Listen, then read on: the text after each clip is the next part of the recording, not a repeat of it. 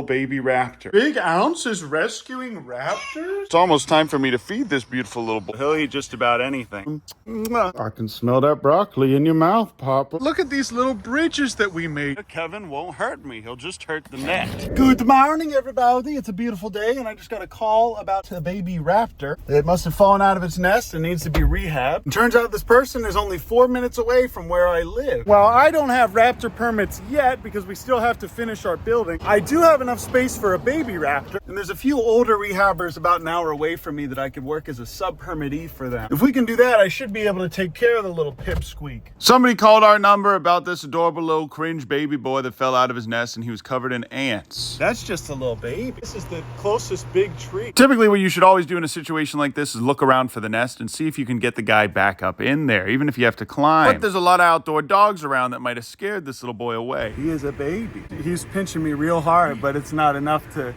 break the skin. Yeah. And he was already getting eaten by ants. Oh, he already had some fire ants messing with. Look, there's one right here messing with that ant that's stuck to him. These ants are not leaving him alone. Ben, thank you. I appreciate it. All right, everybody, here he is. This is either a red shoulder hawk or a Mississippi kite. And I got permission from our rehab contact, who I'm bringing him to on Saturday morning. I also let our game wardens know. And what's great about this situation is that I needed more hours anyways before I could get my raptor permit of working with these guys. And now I get some legal hours in with this little fella. Because I really need hours, I'll be spending every waking moment with this creature. Just kidding, guys. It's not that hard to take care of baby raptor. And you don't even need permits to own exotic ones like your Asian eagle owl. Big Ounce is rescuing raptors? Just kidding, guys. I'm going to move Big Ounce into my bedroom because we have to keep domestic animals separate from the wild animals. So Big Ounce will just stay in here while I feed that raptor in the other room. Look at this little boy. Poke. We're also rehabbing pigeons in here. So for the next 30-something hours while I have him here, I'm going to keep him separated. But for educational purposes, I'm going to show you guys how to feed a small raptor like this. And if they're this size or a little smaller, then they probably need the fuzzies to be cut up. Little pieces of chicken breast don't have enough calcium, phosphorus, and other minerals that these guys need to survive. Getting them to eat the first bite is the hardest part, but this little guy seemed to just eat it immediately. You chewing on, Big Ounce? Big Ounce is saying, let me in there, Dad. I want to feed him. I want to feed. I fought in 3 world wars. Let me feed him. Again, for educational purposes, I'm showing you guys how to feed these. If this upsets you, you can just go ahead and skip, but it's very necessary to show you how to feed a little baby raptor. Okay, now that he's done eating, I'm going to close him up back in here. Oh, and look at this beautiful spider in my house. That's also excellent food for him. Gee, I sure can't wait until I can eat my food outside in my kitchen again. Sure can't wait till this house is an office and not my actual home. Wouldn't you agree, Big Ounce? Also, he keeps begging me for some broccoli. He says, please, Papa, please give me some broccoli. I can smell that broccoli in your mouth, Papa. Please open up just one morsel. Disgusting. Gee, sure can't wait till this house is done so I can live there and not here. Then we can take this bed out of here and turn this entire room into just a raptor room. This man just walks around the floor, picking up little specks, chewing on them, and then putting them back down. He simply wants to explore and taste the world. Speaking of my son, look at this handsome fella. And those foxes. Mayhaps we need to put some higher visual barriers on there. Yeah, I think it's okay, as long as I'm not getting right up in there all the time. Well, guys, today was the hottest day I've experienced here in Texas since I moved here. And I think I've earned some protein ice cream. My phone died, that's why it's a little bit darker now. I did want to show you guys this. The grass in this yard is still very green. Look, you guys, I gave them their watermelons, and now they all just hang out on top of there. But these guys are doing very well in here. As you can see, they're very comfortable. I still need to do a little work of desocializing them, which is honestly just going to include me coming in here and screaming and making loud noises. So basically, when I need to come in here and do chores or clean a place, I just have to go skip it about it. And that will scare them away, and it'll make them not trust me as much. I can also bang on pots and pans or all kinds of other little things like that. But we still have 2 months with these guys, and I have plenty of time to do that with them. Look at these little bridges that we made, you guys, and this was all so easy to make. It's just 2x4s, 4x4s, and cedar log, and they still have all of this watermelon to eat. I'm not concerned one bit about these guys being too friendly in 2 months whenever we need to release them. But there will be a day, and it's coming very soon, where I'm just gonna come in here. Also, look at their little diving board. I'm just gonna start coming in here and screaming, and that will increase their chances of survival when we do actually release them back into the wild. And they've come a long way from when they first came in here, when they would just jump straight on top of me and climb on my shoulders. You guys asked to see what they look like up close. This is what the gray fox looks like up close, you guys. I leave them alone in here, and because they have 3 other mates to play around with at all times, there are what's called conspecifics, which is they're members of their own species. These guys actually have a phenomenal chance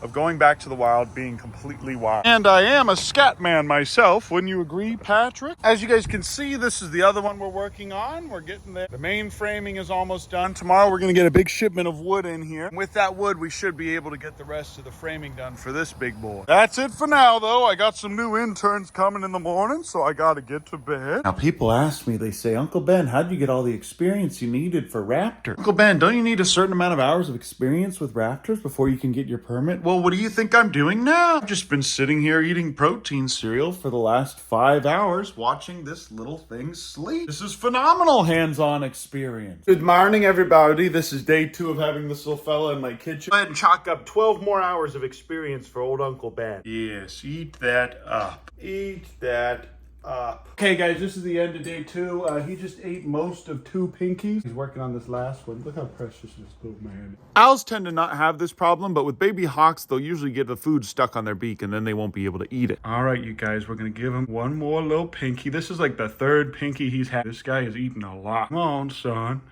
Look at him just gulp that down. It's fine to do this a little bit, but long term, you don't want to make a habit of speaking to them while you're feeding them, or else they'll imprint on you and not go back to the wild as easily. Good morning, everybody. Today's the big day. It is 6 in the morning, and I'm taking this little pipsqueak over to the raptor rehab in Cedar Park. The sun is just barely starting to rise here. I'm gonna feed him real quick, and then I'm gonna weigh him, and then I'm gonna take him straight to our buddy who has a raptor rehab down south. And I am gonna miss this little creature because he's gotten a lot better at eating lately. But the guy that we're taking him to has a lot of big flight pens, and he's gonna have a really good setup automatically for this little fella. And he's also taken care of thousands of these guys and mentored tons of other people for it. He's doing a lot better off than he was before whenever we found him covered in ants under a bush. Okay, he weighs 148 grams with a couple fuzzies in his belly. Whoa, just found out that only 30% of the viewers are subscribed. I'm gonna do terrible, terrible things. And we're gonna be taking him straight to Austin. I'm also gonna be bringing Sir Biggerton with me because the fellow who does the raptor rehab lives right next to our buddy. We got a lot of work done on this thing yesterday, and we should be about ready to start putting the fabric on there. Queen's over there sitting on the little trampoline. I just fed all these cringe little foxes, and I'm not going to go in there right now. And check out this small green heron. They're voracious, huh? Voracious.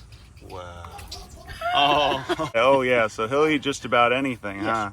That's funny. I've actually gotten several calls about little baby herons and cranes, but now that I know what the enclosure should look like for them, I'll make a bigger version of this for a bunch of them. He also told me you can use this or reptile calcium to put on meat so you don't have to feed them rats. I've also been getting a few calls about screech owls, so now I know how to create a little enclosure for them that won't damage their feathers. And he even had a few older versions of pipsqueak already in here. And this plastic lattice is perfect for keeping them from getting their feathers stuck in the wire. After I left, I broke onto the Alveus sanctuary so I could kiss Stompy. You think, chat, should I hit this deer?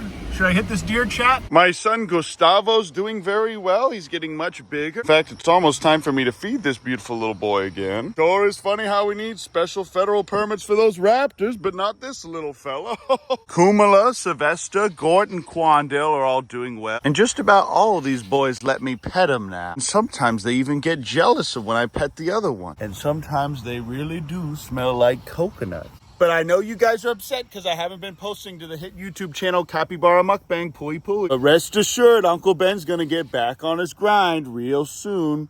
I might hurt people, Mater. There's just been a lot of things going on over here on the back end. Fencing should be up on this enclosure this week. Also, I moved all the goats and the rhea here from the back because we're going to be getting a bunch of construction done in the way back there. And Kevin doesn't mind being here one bit. It's funny, Poggers is barking at Kevin because he sees him attacking. But if you guys have any recommendations for a fish and livestock safe algicide, please let me know. The rhea also always have access to clean water right in here. And as long as I have my handy dandy net here. Kevin won't hurt me. He'll just hurt the net. Amazing. And they're way more happy over here than they were in that corner. Morning, Homelander. James Charles is much more cringe than Stompy. Pond is cleared up a ton, and I've been training these fish to come up whenever I feed them. Look, you guys, there's the gar right there. But while we've gone ahead and emptied all of this out, we're going to start to get a lot of construction done in this back area here to make a 100-foot-long flight pen. This is going to be a huge project, so we'll be able to rehab eagles. We'll also have it to where it can be sectioned into smaller flight pens. That way, whenever we don't have eagles, we can just take care of a lot of different raptors. And if a corporation would like to sponsor that project, I'll even call it Raid Shadow Legends Park or something cringe like that. Please send me an email. Love you, appreciate you. Also, somehow all of those tiny little goldfish that we released in here are now giant, and they thrive in here even if there's a ton of algae. Oh, now though, that's it for now though, you guys. I love you. I appreciate you. Thanks so much for watching this video, and I'll see you in the next video. Oh, almost forgot to tell you. Now that was an epic big ounce moment.